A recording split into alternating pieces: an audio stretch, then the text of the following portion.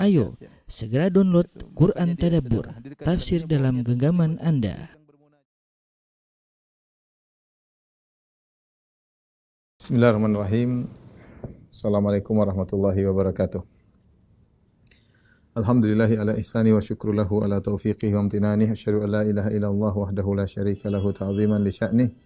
Wa asyhadu anna Muhammadan abduhu wa rasuluhu da'ila ridwani. Allahumma salli alaihi wa ala alihi wa ashabi wa ikhwani. Ikhwan dan akhwat yang rahmati Allah Subhanahu wa taala, kita lanjutkan bahasan kita tentang Fatu Makkah setelah Nabi sallallahu alaihi wasallam memaafkan orang-orang musyrikin Mekah dan Rasulullah SAW mengatakan idhabu wa antumut thalaqa, pergilah kalian dan kalian bebas, padahal mereka dalam kondisi musyrik dan mereka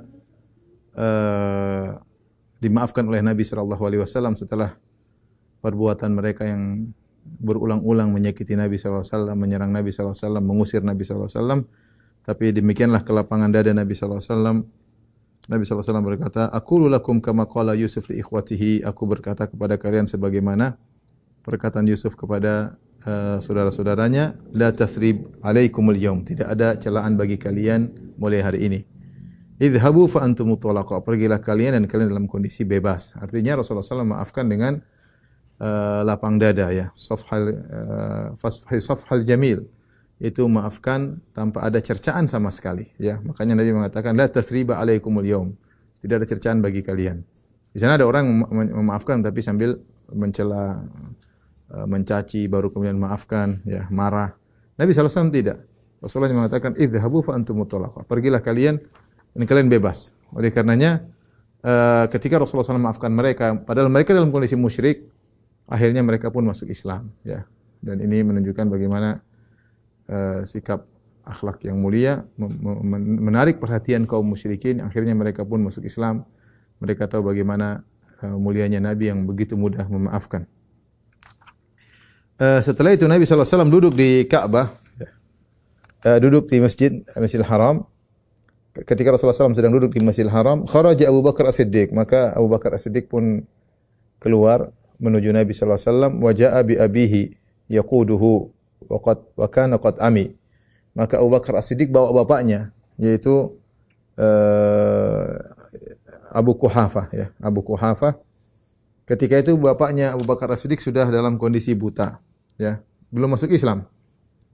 Tatkala Rasulullah SAW melihat Abu Bakar As-Siddiq membawa bapaknya menuju Nabi, maka Nabi segera berkata kepada Abu Bakar radhiyallahu anhu, "Halla tarakta syaikha fi baitihi hatta akuna ana atihi fihi."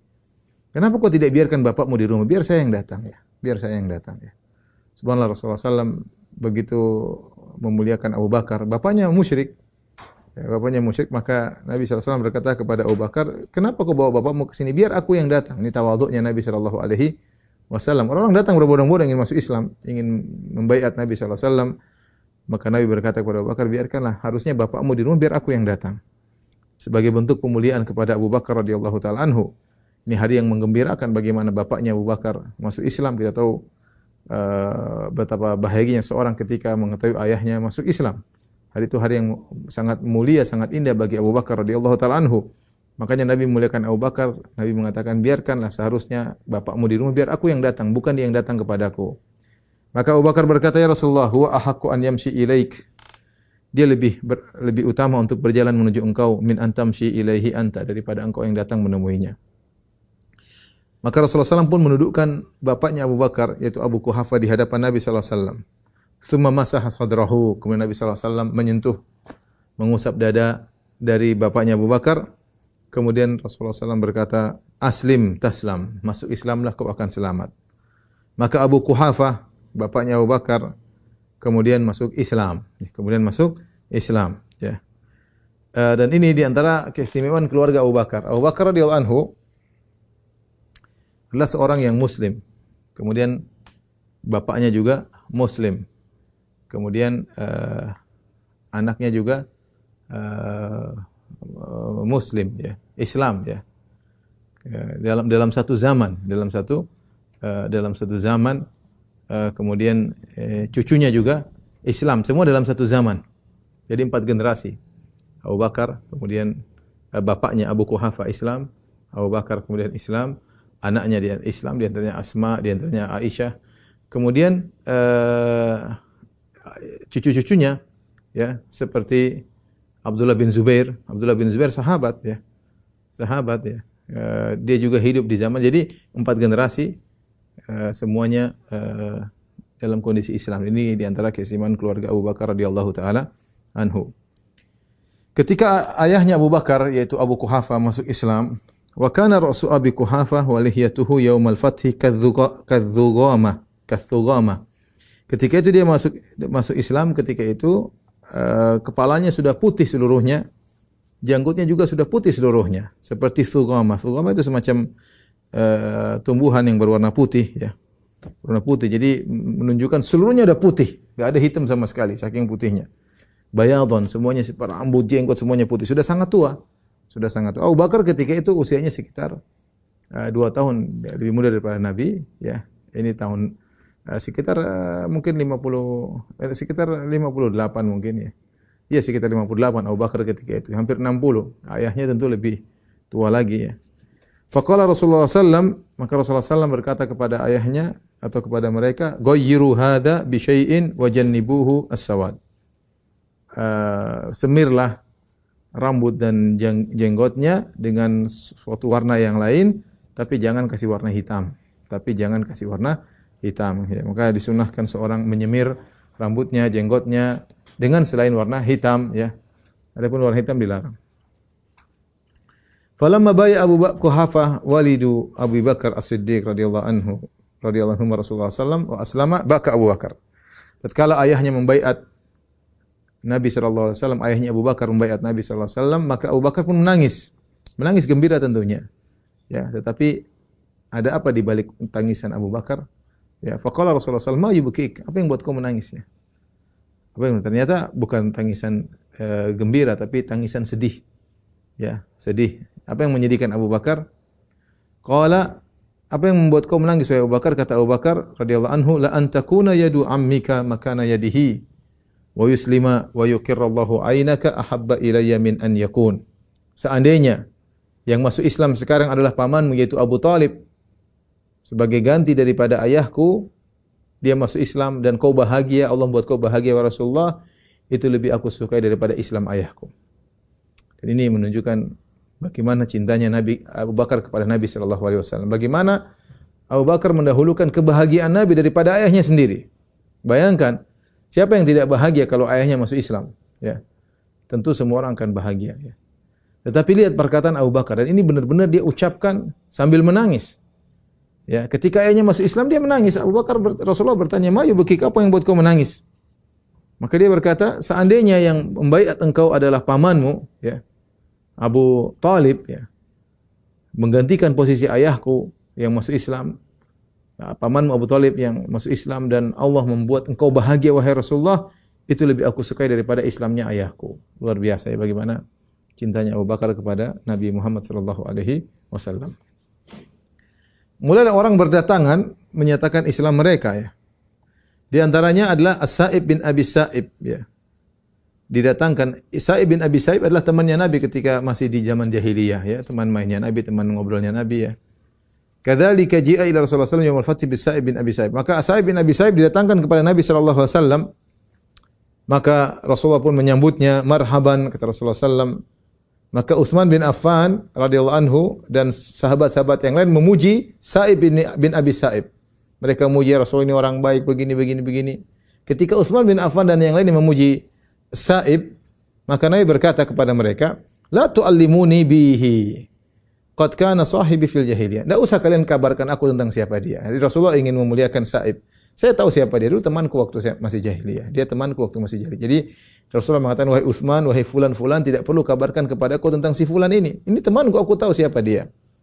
Kata Sa'ib, "Na'am ya Rasulullah, fa ni'ma sahibu kunta." Kata Sa'ib, "Benar ya Rasulullah, dulu engkau adalah teman yang terbaikku." Ya. Maka Rasulullah SAW berkata, "Ya Sa'ib, wahai Sa'ib, unzur akhlaqaka allati kunta tasna'uha fil jahiliyah." Ingatlah, lihatlah bagaimana akhlakmu yang kau lakukan ketika kau masih jahiliyah. Faj'alha fil Islam. Jadikanlah akhlakmu waktu kau di jahiliyah, yang akhlak baikmu kerjakan pula ketika kau sudah masuk Islam. akrid dhaif, muliakan tamu, wa akrimil yatim, muliakan anak yatim, wa ahsin ila jarik, dan berbuat baiklah kepada tetanggamu, ya, berbuat baiklah kepada tetanggamu. Dan ini menunjukkan amalan yang mulia. Rasulullah ingatkan kepada saib, muliakan tamu, jamu tamu, muliakan anak yatim, dan berbuat baik kepada tetangga. Ya. Tapi di antara kisah yang lain adalah Islamnya Fudhalah bin Umair radhiyallahu anhu. Fudhalah bin Umair, ya, namanya Fudhalah bin Umair bin al-Mulawwah. Dia bertekad untuk membunuh Nabi sallallahu alaihi wasallam, ya. Ketika Rasulullah sallam sedang tawaf, ya. Kemudian Rasulullah sallam mendekati dia. Rasulullah sallam berkata, "Afudhalah, kamu ini Fudhalah?" Kata Fudhalah, "Na'am ya Rasulullah." Fudhalah ya Rasulullah. Faqalahu Rasulullah. Rasulullah sallam berkata kepada dia, Allah membuka tabir. Allah kasih tahu bahwasanya Fudhalah ingin membunuh Rasulullah, mungkin dia jengkel atau apa. Maka Rasulullah sallam berkata, "Madza kunta tuhaditsu bihi nafsak?" Apa yang kau sedang bicarakan dalam hatimu? Yaitu kau ingin bunuh aku. Tapi Rasulullah bilang, apa sedang kau pikirkan wahai Fudhalah? Qala la syai', tidak ada yang saya pikirkan ya Rasulullah. Kuntu azkurullah, aku tadi berzikir kepada Allah. Maka fadhahika Rasulullah sallallahu alaihi wasallam tertawa. Rasulullah berkata, "Istaghfirullah, istaghfirullah, istaghfirullah," ya. Tsumma wada'a yadahu syarifah ala sadri. Rasulullah sallallahu alaihi wasallam meletakkan tangannya di dada Fudhalah. Maka tenanglah hati Fudhalah. Kemudian kata Fudhalah, "Wallahi ma rafa'a Rasulullah sallallahu alaihi wasallam yadahu an sadri hatta ma min khalqillahi syai'un ahabba ilayya minhu." Rasulullah letakkan tangannya di Fudhalah. Kata Fudhalah, tidaklah Rasulullah sallallahu mengangkat tangannya dari dadaku kecuali jadilah Rasul orang yang paling aku cintai di alam semesta ini. Ya. Akhlak Nabi yang begitu mulia, senyuman Nabi sallallahu alaihi wasallam, sentuhan Nabi sallallahu alaihi wasallam, yang tadinya dia ingin bunuh Nabi, kemudian menjadi sangat sayang kepada, sangat cinta kepada Nabi sallallahu alaihi wasallam, ya. Tadi pernah kita sebutkan pada pertemuan lalu orang-orang yang telah divonis oleh Rasulullah sallallahu alaihi wasallam untuk dibunuh meskipun mereka berlindung di sitar Ka'bah. Di antara orang tersebut adalah Ikrimah bin Abi Jahal. Ya. Rasulullah SAW suruh bunuh mereka, siapapun meskipun mereka sedang berlindung di sitar Ka'bah. Ya. Suruh bunuh. Di antara orang tersebut adalah Ikrimah bin Abi Jahal. Rasulullah suruh cari mereka. Di antara 10 orang yang divonis untuk dibunuh, Ikrimah bin Abi Jahal. Ya. Sebagaimana kita jelaskan pada pertemuan lalu, tatkala Khalid bin Walid masuk ke kota Mekah, maka dia dihadang oleh beberapa tokoh Quraisy, yaitu Ikrimah bin Abi Jahal, Safwan bin Abi Umayyah, Suhail bin Amr, yang ketiganya masuk Islam nanti. Di antaranya Ikrimah bin Abi Jahal, putranya Abu Jahal, Ikrimah. Ketika Khalid bin Walid ternyata tidak bisa dilawan, begitu hebatnya Khalid dalam pertempuran, akhirnya mereka kabur. Di antara yang kabur adalah Ikrimah bin Abi Jahal, maka dia pun kabur wa dhahaba ila Jeddah, dia pergi ke Jeddah, kota Jeddah. Kemudian dia pun naik kapal berlabuh di lautan. Ketika dia sedang berada di atas kapal di tengah laut, tiba-tiba ditimpa dengan angin yang kencang, gelombang yang besar. Maka seluruh orang-orang yang berada di atas kapal berkata, "Akhlisu, ikhlaskan niatmu, ikhlaskan niat kalian. Fa inna alihatakum la tughni ankum syai'an hahuna." Percuma Tuhan-Tuhan kalian tidak akan bermanfaat di sini. Ya. Tuhan-Tuhan kalian tidak akan bermanfaat di sini, ya. Dan ini menguatkan bagaimana Allah sebut dalam Al-Qur'an, wa idza raqibu fil fulki da'allaha mukhlishina lahuddin. Orang-orang musyrikin kalau mereka sedang berlabuh di lautan kemudian diterpa dengan ombak yang besar, maka mereka ikhlas berdoa kepada Allah Subhanahu wa taala. Falamma najjahum ilal barri idza hum yusyrikun. Kalau mereka diselamatkan Allah ke daratan, mereka syirik kembali. Di sini ketika mereka di tengah lautan, ombak begitu besar, dan di antara penumpang dari kapal tersebut adalah Ikrimah bin Abi Jahal. Orang-orang berkata, "Akhlisu, ikhlaskan niat kalian, minta kepada Allah. Tuhan-tuhan kalian berhala kalian tidak bermanfaat." Maka Ikrimah berkata, "Wallahi la illam yunajjini minal bahri illa al-ikhlas, ma yunajjini fil barri ghairuhu." Kalau tidak ada yang menyelamatkan aku di lautan kecuali ikhlas, maka di daratan pun aku tidak bisa selamat kecuali keikhlasan, yaitu bertauhid kepada Allah Subhanahu wa taala. Kemudian dia berkata, "Allahumma innalaka alayya ahdan." Ya Allah, aku punya janji kepadamu. In anta afaitani mimma ana fih, kalau kau selamatkan aku dari musibah sekarang ini, diterpa ombak yang besar di tengah lautan, an atiya Muhammadan, aku akan datang kepada Muhammad. Hatta adha yadiya fi yadihi, akan aku letakkan tanganku di atas tangannya. Fala ajidannahu afuwan karima, dan aku akan dapati dia Muhammad demi Allah adalah seorang yang pemaaf dan mulia. Ya. Maka akhirnya Ikrimah pun pergi menemui Rasulullah sallallahu alaihi wasallam, kemudian masuk Islam, ya. Masuk Islam. Dalam sebuah riwayat yang mursal, Ikrimah membaiat Rasulullah sallallahu alaihi wasallam, sanadnya bermasalah, sanadnya mursal, yaitu dari tabi'in langsung kepada Nabi sallallahu alaihi wasallam.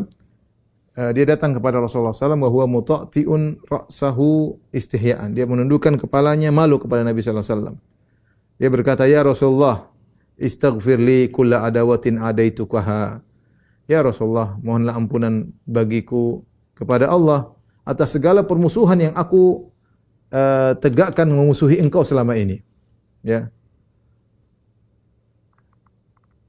Au mauqibin au dha'tu fihi uridu fihi idhara syirk, atau segala kegiatan yang aku lakukan untuk menjadikan syirik unggul, mohonkanlah ampun buatku. Maka Rasulullah SAW berkata, Allah maghfir li Ikrimah kulla adawatin adaniha au mauqibin au dha'a fihi yuridu an yasudda an sabilik. Ya Allah, ampunilah Ikrimah bin Abi Jahal atas segala permusuhan yang dia tegakkan untuk memusuhi aku, atau segala kegiatan yang dilakukan untuk menghalangi orang dari jalanmu, ampunilah dia.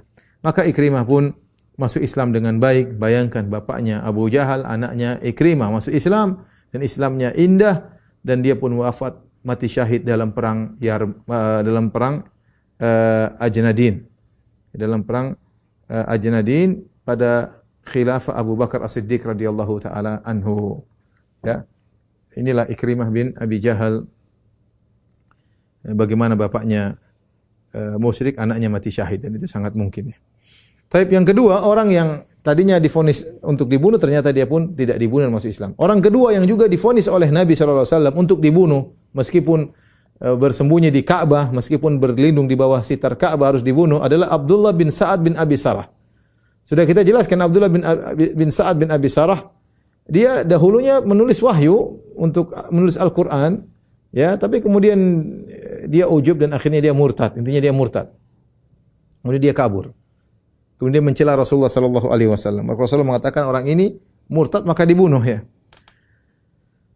Tatkala Abdullah bin Sa'ad bin Abi Sarah mengetahui Rasulullah SAW sudah menghalalkan darahnya, maka dia pun sembunyi.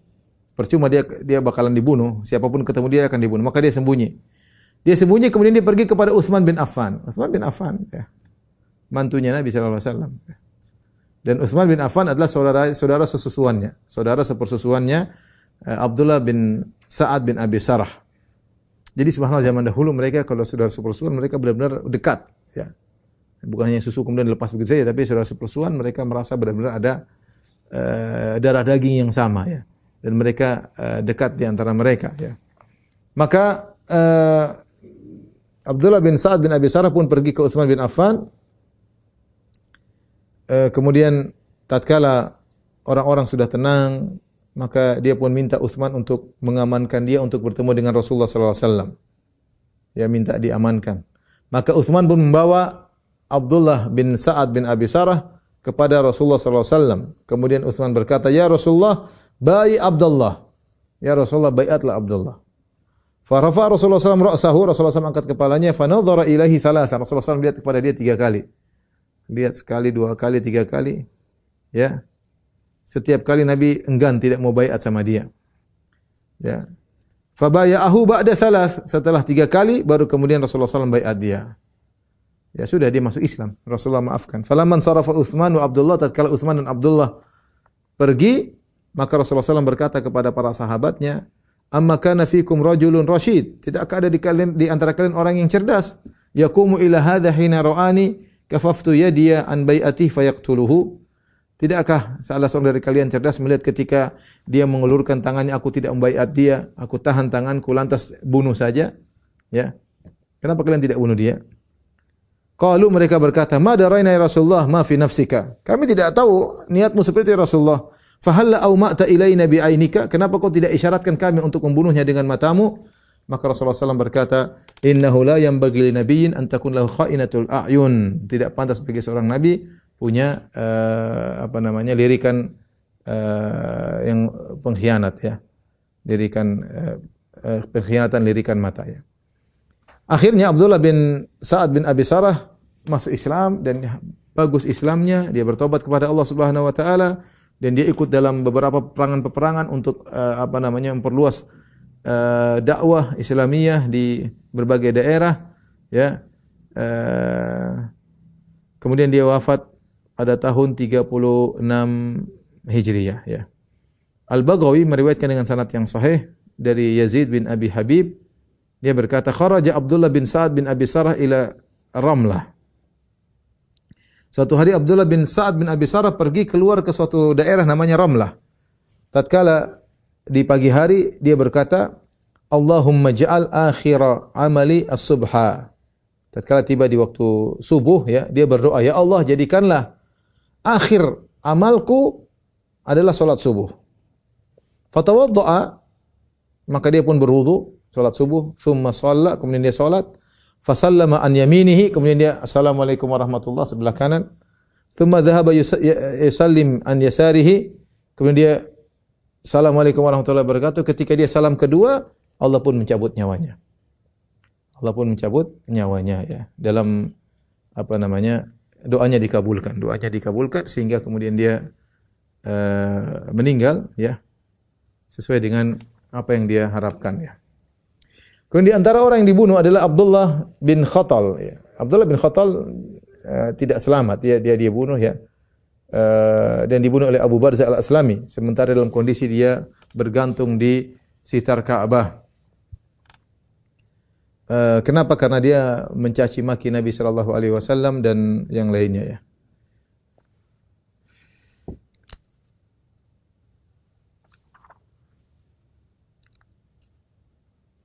Taib, ikhwan dan akhwat yang dirahmati Allah Subhanahu wa taala ya. Kemudian orang-orang pun berkumpul menuju di Mekah untuk membaiat Rasulullah sallallahu alaihi wasallam. Maka Rasulullah SAW pun duduk di sofa, di bukit sofa, menanti kedatangan mereka, dan Umar bin Khattab radhiyallahu anhu berada di bawah Nabi sallallahu alaihi wasallam. Itu di bawah dari majelis Nabi sallallahu alaihi wasallam ya. Maka orang-orang pun datang, orang dewasa, anak kecil, laki-laki, perempuan, semua membaiat, menyatakan diri mereka masuk Islam dan mereka menyatakan untuk mendengar dan taat kepada Rasulullah sallallahu alaihi wasallam. Ya. Rasulullah SAW baiat mereka di atas iman dan persaksian syahadatain ya. Ya, sehingga mereka membaiat Rasulullah sallallahu alaihi wasallam.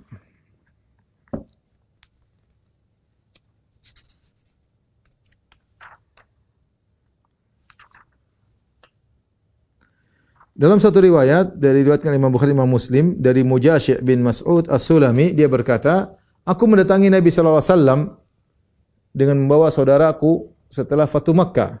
Aku berkata, ya Rasulullah, ji'tuka bi akhi litubayi'ahu. Ya Rasulullah, aku datang membawa saudaraku untuk kau baiat dia. Alal hijrah, untuk berhijrah. Dia ingin berhijrah ya Rasulullah, baiat dia. Rasulullah SAW berkata, dhahaba ahlul hijrati bima fiha. Ya. Orang-orang yang hijrah sudah pergi, sudah selesai dengan apa yang pahala yang mereka bawa. Faqultu ala ayyi syai'in tubayyi'u. Kalau begitu kau tidak membaiatnya di atas hijrah, terus engkau baiatnya atas apa? Kata Rasulullah SAW, ubayyi'u alal Islam wal iman wal jihad. Aku membaiatnya untuk Islam, untuk iman dan untuk jihad. Ya. Dalam riwayat yang lain, Rasulullah SAW berkata, bal ubayyi'uhu alal jihad qad inqata'atil hijrah. Aku membaiat dia untuk berjihad karena hijrah sudah terputus. Ya, hijrah sudah terputus. Tidak ada lagi hijrah dari Mekah ke kota Madinah. Dalam riwayat yang lain Rasulullah SAW bersabda, la hijrata ba'dal fathi. Tidak ada lagi hijrah setelah Fatu Makkah. Kenapa? Setelah Mekah ditaklukkan oleh Nabi sallallahu alaihi wasallam, maka Mekah menjadi negeri Islam. Dan namanya hijrah itu dari negeri kafir ke negeri Islam. Sementara sebelum Mekah ditaklukkan masih ada hijrah. Yang ingin penghijrah ke kota Madinah silakan. Karena Mekah masih darul kufur, tempatnya orang-orang kafir, dikuasai orang kafir, sehingga banyak orang berhijrah dari Mekah menuju ke Madinah. Setelah Mekah dikuasai, tidak lagi hijrah selesai. Kenapa? Karena Mekah menjadi negeri Islam. Maka tidak dikatakan hijrah dari negeri Islam ke negeri Islam. Maka Nabi berkata, la hijrata ba'dal fath. Tidak ada lagi hijrah setelah Fatu Makkah. Dalam riwayat yang lain, ba'dal yawm. Tidak ada hijrah lagi setelah hari ini. Ya. Tidak lagi hijrah setelah hari ini.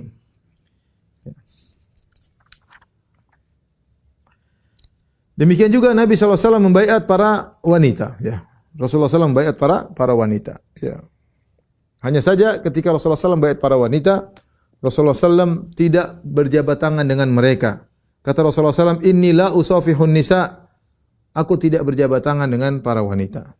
Innama qawli limro'atin, qawli limi'ati imro'atin. Perkataanku kepada seorang wanita sama dengan perkataanku kepada 100 wanita. Jadi Rasulullah SAW tidak membaiat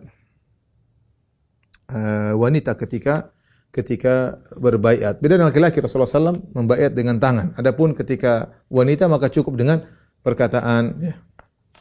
Di antara yang membaiat Nabi SAW adalah Hind bintu Utbah. Hind bintu Utbah. Hind bintu Utbah termasuk salah seorang dari yang Nabi suruh bunuh karena dia mencincang Hamzah. Ya, mencincang Hamzah sehingga Nabi SAW bilang kalau ketemu Hind bintu Utbah bunuh dia. Hind bintu Utbah istrinya Abu Sufyan. Istrinya Abu Sufyan, ya.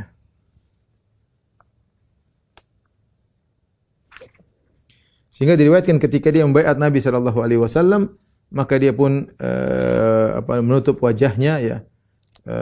Malu kepada Nabi sallallahu alaihi wasallam, ya. Kemudian akhirnya Nabi membaiat dia, ya. Hind bintu Utbah. Dia pergi kepada Nabi sallallahu alaihi wasallam, ya.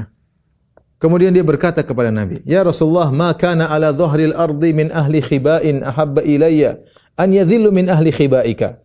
Hind bintu Utbah berkata, "Ya Rasulullah, sungguhnya tidak ada keluarga yang paling aku suka untuk terhina seperti keluarga kalian. Aku ingin sekali keluarga kalian terhina.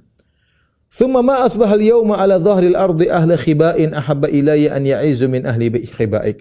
Kemudian sekarang tidak ada keluarga yang paling aku inginkan untuk mulia seperti keluarga engkau wahai Rasulullah sallallahu alaihi wasallam, ya. Kemudian beliau berkata, Hind bintu Utbah, "Ya Rasulullah," dia bertanya, "Inna Abu Sufyan rajulun syahih."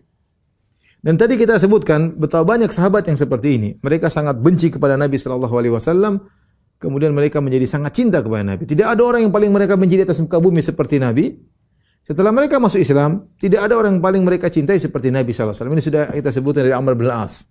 Kemudian nanti dari Safwan bin Umayyah bin Khalaf. Kemudian tadi dari Fudalah. Kemudian sekarang dari Hind bint Utbah. Banyak sahabat seperti itu. Orang yang paling dia benci, yang pingin orang terhina adalah Rasulullah sallallahu alaihi wasallam. Tapi ketika masuk Islam, kebalikan. Maka orang yang paling dia cintai, ya. Seperti Thumamah bin Uthal juga demikian. Dan kalau kita kumpulkan riwayat seperti ini banyak.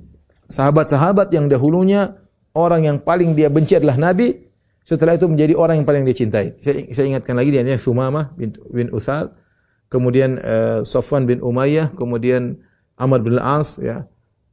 Kemudian tadi Fudalah, kemudian Hind bintu Utbah, dan masih banyak lagi tentunya yang tadinya sangat benci kepada Nabi kemudian sangat cinta kepada Nabi sallallahu alaihi wasallam. Hind bintu Utbah ketika ketemu Nabi di Mekah, dia bertanya langsung kepada Nabi sallallahu alaihi wasallam. Dia berkata, "Ya Rasulullah," tanya tentang suaminya. "Inna Abu Sufyan rajulun syahih." Ya Rasulullah, sungguhnya Abu Sufyan suamiku adalah suami yang pelit. "Wa laysa yu'tini ma yakfini wa waladi." Dan dia tidak memberikan kepadaku nafkah yang cukup untukku dan cukup untuk anak-anakku. "Illa ma akhadtu minhu wa huwa la ya'lam." Kecuali aku ambil dari dia dan dia tidak tahu. Apakah halal bagiku ya Rasul aku ambil diam-diam dari Abu Sufyan? Rasulullah SAW berkata, "Khudhi ma yakfiki wa waladaki bil ma'ruf." Ambillah harta dari suamimu yang cukup untuk engkau dan untuk anakmu secara ma'ruf. Itu tidak mengapa. Tidak mengapa mengambil harta suami kalau suami ternyata tidak memberi nafkah yang sewajarnya. Ingat, ini hanya untuk suami yang tidak memberi nafkah kepada anak istrinya.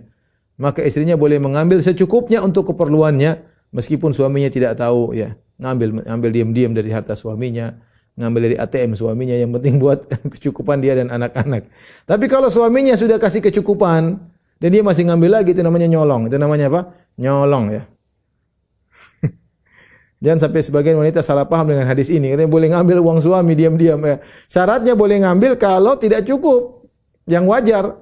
Bukan tidak cukup, belum dibelikan motor, belum dibelikan emas, belum dibelikan mobil, tidak, ya itu tidak bakalan pernah cukup bagi wanita. Ini maksudnya untuk biaya makan, biaya sekolah anak-anak enggak cukup, ya dia boleh ngambil dari uang suaminya meskipun suaminya tidak tahu. Tapi kalau sudah diberi kecukupan, maka tidak boleh dia ngambil. Kalaupun dia boleh ngambil, tadi kalau tidak cukup dan hanya secukupnya, tidak boleh berlebihan.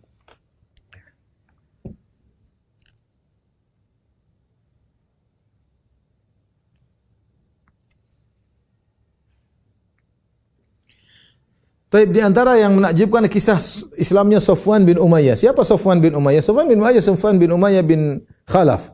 Umayyah bin Khalaf bapaknya adalah yang menyiksa Bilal ya. Dan kemudian akhirnya Umayyah bin Khalaf terbunuh setelah perang Badar. Kemudian kakaknya juga Ali bin Umayyah bin Khalaf juga dibunuh. Safwan masih hidup. Safwan bin Umayyah masih hidup dan dia tidak ikut perang ketika itu, tidak ikut perang Badar.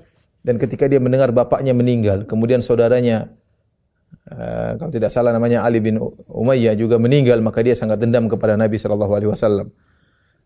Sebenarnya Safwan bin Umayyah tidak termasuk orang-orang yang dihalalkan darahnya oleh Nabi. Dia tidak termasuk dari mereka. Nabi kan menghalalkan 10 orang. 10 orang ini ketemu bunuh. Meskipun belum berlindung di sekitar Ka'bah, tapi kenyataannya banyak yang dimaafkan. Tapi Safwan tidak termasuk, tapi dia kabur, ya. Dan dia adalah pemimpin besar dari orang-orang Quraisy karena dendamnya kepada Rasulullah SAW luar biasa. Dan dia takut dia terbunuh, maka dia kabur.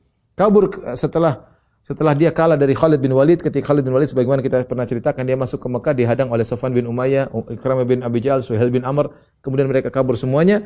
Di antara yang kabur adalah Safwan bin Umayyah bin Khalaf. Dia pun kabur keluar dari Mekah. Ya. Kemudian saudaranya yang bernama Umair bin Wahab, sepupunya Umair bin Wahab, datang kepada Nabi. Dia berkata, "Ya Rasulullah, inna Safwan bin Umayyah sayyidu qaumihi." Ya Rasulullah, sungguhnya Safwan bin Umayyah ini adalah pemimpin kaumnya. Wa qad kharaja hariban minka, dia telah kabur dari engkau ya Rasulullah. Rasulullah berkata, "Adrik ibna ammik fahuwa amin." Temui sepupumu Safwan bin Umayyah dan katakan dia aman. Jangan takut, tidak ada yang mengganggu dia. Suruh kemari. Ya. Maka Umair berkata, "Ya Rasulullah, a'tini ayah." Ya Rasulullah, berikan aku tanda bahwasanya aku bisa pastikan dia selamat. Ya'rifu biha amanak, agar orang tahu inilah pengamanan dari Rasulullah sallallahu alaihi wasallam. Safwan kafir ya, musyrik. Maka Rasulullah SAW berikan ridanya, yaitu selendangnya yang dia masuk ke Mekah dengan pakai ridak tersebut. Ketika Rasulullah SAW masuk Mekah, orang tahu ini ridaknya Nabi. Maka Nabi bilang, "Ini ambil. Kasih, kalau Safwan bin Umayyah pegang ini, orang tahu dia diberi keamanan oleh Nabi sallallahu alaihi wasallam." Maka Umair bin Wahab pun mengejar Safwan bin Umayyah, dia sudah sampai di Jeddah dan sudah ingin naik kapal kabur. Maka saudaranya Umair berkata, "Ya Safwan, Allah fi nafsika an tuhlikaha." Jangan kau binasakan dirimu wahai Safwan. "Fa hadza amanun min Rasulillah qad ji'tuka bi." Inilah tanda pengamanan dari Rasulullah, aku telah bawa untuk engkau. Kata Safwan kepada Umair bin Wahab, "Waihaka, ugrub anni fala tukallimni." Celaka engkau wahai sepupuku, pergilah engkau, jauhlah dariku, menjauhlah dariku, enyahlah engkau dariku, jangan ngomong dengan aku, tidak mau ngomong sama engkau. Kata Umair, Safwan, wahai Safwan, ji'tuka min indi afdhalin nas, aku datang kepada engkau dari seorang yang paling mulia. Wa abarrin nas, orang yang paling baik. Wa ahlamin nas, orang yang paling memaafkan. Wa khairin nas, orang yang paling terbaik. Dan dia adalah anak dari pamanmu, Izzik, yaitu kalian sama-sama Quraisy. Kita sama-sama Quraisy. Syarafu, kalau dia mulia engkau juga mulia. Wa mulkuhu mulkuk, kerajaannya, kepemilikannya kepemilikanmu engkau juga. Safwan berkata, "Inni akhafuhu ala nafsi." Aku khawatir dia bunuh aku. Kata Umair, "Wa huwa ahlamu min dzalik wa akram." Dia ahlam itu maksudnya memaafkan. Dia memaafkan engkau dan dia sangat mulia. Maka akhirnya Safwan pun berhasil dirayu oleh Umair bin Wahab. Maka dia pun masuk ke dalam kota Mekah dan dia pakai ridaknya Rasulullah. Jadi tidak ada yang berani ganggu dia karena orang tahu itu selendangnya Nabi. Berarti Nabi sudah kasih pengamanan. Dia datang dari Jeddah, datang sampai akhirnya berdiri di hadapan Nabi sallallahu alaihi wasallam. Kemudian dia pun memanggil Nabi dengan suara yang keras di hadapan banyak orang. Kata dia, "Ya Rasulullah, ya Muhammad." Dia belum masuk Islam. Dia panggil, "Ya Muhammad." Kata Safwan, "Inna hadza Umair bin Wahab ja'ani biridaika wa za'ama annaka qad ammantani." Sungguhnya sepupuku Umair bin Wahab telah datang membawa selendangmu dan dia mengatakan bahwasanya engkau memberi pengamanan kepadaku. Benar atau tidak? Dan dia ngomong, "Ya Muhammad," di depan banyak orang. Karena dia belum masuk Islam. Maka Rasulullah SAW berkata, "Sadaqa, inzil Abu Wahbin." Benar, turunlah engkau dari tunggangan wahai Abu Wahab. Abu Wahab maksudnya Safwan bin Umayyah. Qala la wallahi la anzilu hatta tubayyin li wa ja'alni fihi bil khiyari syahrain. Aku tidak akan turun dari tungganganku wahai Muhammad sampai kau jelaskan kepadaku dan berikanlah kepadaku pilihan selama 2 bulan. Aku tidak mau masuk Islam, aku mau di sini 2 bulan. Bebas masuk Islam atau tidak, terserah aku. Kata Rasulullah SAW, bal anta bil khiyar, silakan, jangankan 2 bulan, arba'ata ashhur. 4 bulan tidak mengapa kau bersama kami, tidak perlu masuk Islam, terserah kau. La'allallaha yahdik, semoga Allah beri petunjuk kepadamu. Kemudian akhirnya dia pun turun, Safwan bin Umayyah pun turun, ya. Kemudian dia pun ikut bersama Nabi dalam perang Hunain, dalam perang Taif, dan dalam keadaan musyrik. Dia ikut Nabi dalam perang Hunain, dalam perang Taif, dia masih musyrik, dan akhirnya dia masuk Islam. Disebut dalam riwayat yang lain, dalam hadis yang lain, kenapa Safwan masuk Islam? Ketika dalam perang Hunain Rasulullah SAW mendapatkan ghanimah yang banyak, dalam Sahih Muslim, ya. Maka Rasulullah kasih dia 100 ekor onta. 100 ekor onta lagi, 100 ekor onta lagi. Kata Safwan bin Umayyah, ini orang paling aku benci di alam semesta. Tetapi Rasulullah SAW selalu memberikan kepadaku. Fama bariha yu'tini. Dia selalu berikan aku 100 ekor onta, 100 ekor, 300 ekor onta. Nabi lihat dia, ketika Nabi menang dalam perang Hunain, Nabi melihat Safwan melihat onta dengan kagum-kagum. Nabi ingin mentaklif mu'allaf qulubuhum, termasuk al-mu'allafatu qulubuhum. Rasul ingin mentaklif hatinya, melembutkan hatinya. Maka Rasulullah SAW melihat dia suka dengan onta, Rasulullah kasih ini 100 ekor onta. Padahal dia paling benci kepada Nabi. Ini Nabi yang bunuh bapaknya, dia paling dendam. Tidak lama Nabi kasih lagi 100 ekor onta. Fama bariha yu'tini. Nabi kasih lagi 100 ekor onta. 100, 300 ekor onta. Akhirnya dia masuk Islam. Dia mengatakan, tadinya ini wajah paling aku benci di atas muka bumi, sekarang menjadi wajah yang paling aku cintai di atas muka bumi. Itulah Rasulullah SAW. Makanya kalau ada orang benci sama antum, antum kasih aja duit. Kasih harta. Namanya harta punya pengaruh, ya. Punya pengaruh. Hadiah punya pengaruh. Ada orang benci sama antum, ya antum kasih aja mobil, ya. Mungkin dia bencinya berkurang. Kasih mobil kedua lagi jadi sahabat. Kasih mobil lagi ketiga menjadi antum orang yang paling dia cintai. Manusiawi, disuka dapat pemberian. Kemudian ada orang datang kepada Nabi sallallahu alaihi wasallam ingin baiat Rasulullah. Ya, tapi dia gemetar ketakutan kepada Nabi. Takut. Dia masuk Islam tapi dia takut melihat karismatik Nabi sallallahu alaihi wasallam. Maka Rasulullah SAW pun berkata kepada dia, ya, hawin alaik. Ya, kata Rasulullah SAW, tenang aja, tenangkan, santai. Fa inni lastu bimalik. Ya, aku bukanlah raja. Innama ana ibnu imra'atin kanat ta'kulul qadida bi Makkah. Aku ini hanyalah seorang anak dari aku hanyalah seorang anak dari seorang wanita yang tinggal di Mekah yang makan al-qadid. Al-qadid adalah daging yang dikeringkan, dikasih garam, ya, dikasih garam, ya. Jadi ini orang datang kepada Nabi ketakutan, membaiat Nabi, gemetar, ya. Lihat karismatik Nabi, dia ingin baiat, dia gemetar. Maka Rasulullah SAW mengatakan tenang, tawadhu, kata Rasulullah, tenang, santai aja, jangan begitu. Saya ini adalah bukan raja, saya bukan raja. Kalau raja-raja mungkin senang digituin, bahkan senang agar orang takut sama mereka, bahkan mencitrakan diri mereka, ya.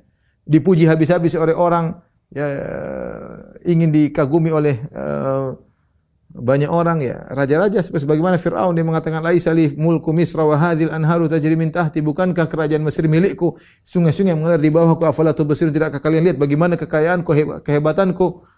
Banyak penguasa seperti itu, ingin dikagumi, ingin dihormati, ingin ditakuti oleh rakyatnya. Nabi tidak, Nabi mengatakan hawin alaik, tenang saja. Jangan begitu sama aku ini bukan raja. Innama ana bimra'atin, aku hanyalah seorang putra dari seorang wanita dari Quraisy yang tinggal di Mekah, yang juga makan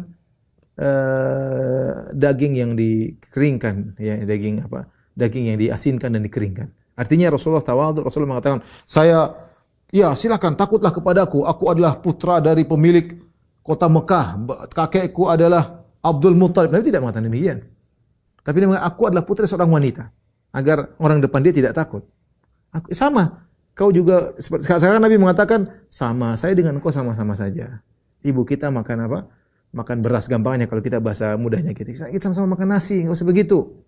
Ya, enggak usah sama-sama makan nasi. Sama ibu saya dulu makan apa? Makan daging yang dikeringkan, bukan daging yang segar, enggak, daging dikeringkan menunjukkan kesulitan hidup, ya. Ketika Nabi ngomong demikian agar orang tersebut menjadi hilang rasa takutnya karena melihat Nabi sallallahu alaihi wasallam. Orang-orang pun datang membaiat Nabi sallallahu alaihi wasallam. Kemudian Nabi sallallahu alaihi wasallam berkhutbah kepada mereka dengan khutbah yang panjang. Dan Rasulullah SAW kemudian tinggal di kota Mekah selama 19 hari. Aqama Rasulullah SAW di Makkah tis'ata asyara yauman, 19 hari Rasulullah SAW di Mekah. Dan selama itu Rasulullah SAW selalu mengqasar salat. Selalu mengqasar salat. Sebagaimana diriwayatkan Imam Bukhari dalam sahihnya dari Ibnu Abbas radhiyallahu anhu, beliau berkata dari Ibnu Abbas, aqama Nabi SAW tis'ata asyara yaqsur. Rasulullah SAW tinggal di kota Mekah 19 hari dan dia selalu salat qasar. Oleh karenanya Ibnu Abbas mengambil faedah dari hadis ini, dari apa yang dilihat dari Nabi. Dia mengatakan, kami kalau mukim musafir 19 hari kami selalu qasar. Kalau lebih dari 19 hari kami pun menyempurnakan salat 4 rakaat. Tapi selama musafir dan mukim 19 hari, selama itu kami akan qasar. Ini mazhab yang dipilih, dirajihkan oleh sebagian ulama, bahwasanya jika seorang bersafar ke suatu daerah selama belum 19 hari dia masih boleh mengqasar, sebagaimana pendapat Ibnu Abbas yang beliau pahami dari perbuatan Nabi sallallahu alaihi wasallam. Perkara ijtihadiyah ya.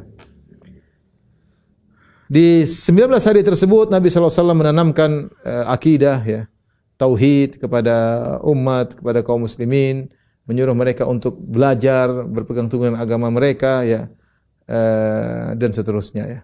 Demikian saja apa yang saya sampaikan kepada ikhwan dan akhwat yang rahmatillah subhanahu wa taala. Kurang lebih mohon maaf. Wabillahi taufiq wal hidayah. Assalamualaikum warahmatullahi wabarakatuh.